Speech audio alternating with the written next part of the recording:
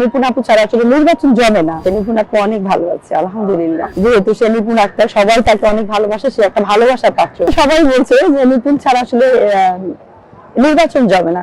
আপনি দেখতেই পাচ্ছেন, এখন যদি নিপুণ আপু নির্বাচন করতো তাহলে হাওয়াটা কেমন, মানে কেমন বলতো। তো আপনারা অবশ্যই বুঝে গেছেন যে নিপুণ আপু ছাড়া আসলে নির্বাচন জমে না। এবার আসলে আমি রাজনীতি ওরকম প্রভাব দেখছি না, মানে সুষ্ঠু ভাবেই হচ্ছে, খুব সাদামাটা ভাবেই হয়ে যাচ্ছে নির্বাচন। আপুর সাথে ছিলাম, আছি এবং থাকবো ইনশাল্লাহ। খুব ভালো সময় কাটছে আমাদের, গল্প করে এই তো ভালোই কাটছে। ভালো আছে, নিপুণ আপু অনেক ভালো আছে আলহামদুলিল্লাহ।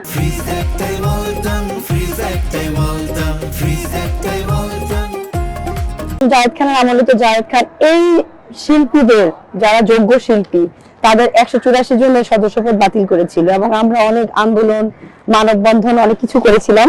তো এরপরে আমাদের নিপুণ আপু এসে আমাদের সবার সদস্যপদ ফেরত দিয়েছে। তো এটাও খারাপ লাগছে যে তাকে ছাড়া নির্বাচন হচ্ছে। তো দেখা যাক ভবিষ্যতে কি হয়। না, মিস বলতে সবাইকেই দেখা হয়, তার সাথে অনেক সবার সাথে যোগাযোগ আছে, যেহেতু সে নিপুণ আক্তার, সবাই তাকে অনেক ভালোবাসে, সে একটা ভালোবাসার পাত্র। আসলে প্রতিটা শিল্পীর অধিকার আছে, এই এফডিসি হচ্ছে সবার জন্য উন্মুক্ত, সব শিল্পীর জন্য উন্মুক্ত, চাইলে আসতে পারে। আপনার ভোট দিতে আসবে কিনা আসলে সেটা আমি সঠিক বলতে পারছি না। অবশ্যই সবসময় সাপোর্ট করব, কারণ আমাদের যে আজকে এত মূল্য, এত প্রাধান্য, এত ভালোবাসা, কেন আমাদের সদস্যপদ না থাকলে তো কেউ আমাদেরকে ফোন করে জিজ্ঞেস করতো না যে আসলে তুমি কেমন আছো। তা আমাদের পরিচয় আমাদের শিল্পী দিয়ে, শিল্পী সত্তা দিয়ে, তো সেটি ফিরিয়ে দিয়েছে নিপুণ আপু। তো অবশ্যই তার কাছে চিরকৃতজ্ঞ।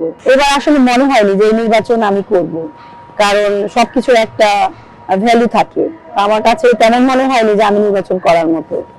যদি ভবিষ্যতে দেখি যে ভালো নির্বাচন হচ্ছে, তা অবশ্যই নির্বাচন করব।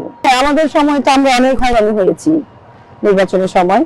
তো অনেক মেয়েরা রাজনীতিতে করেছিলাম, দোষ করে একজন, চাপাই দেয় আরেকজনের প্রতি, মানে কি যে একটা অবস্থা আসলে বলে বোঝানো যাবে না।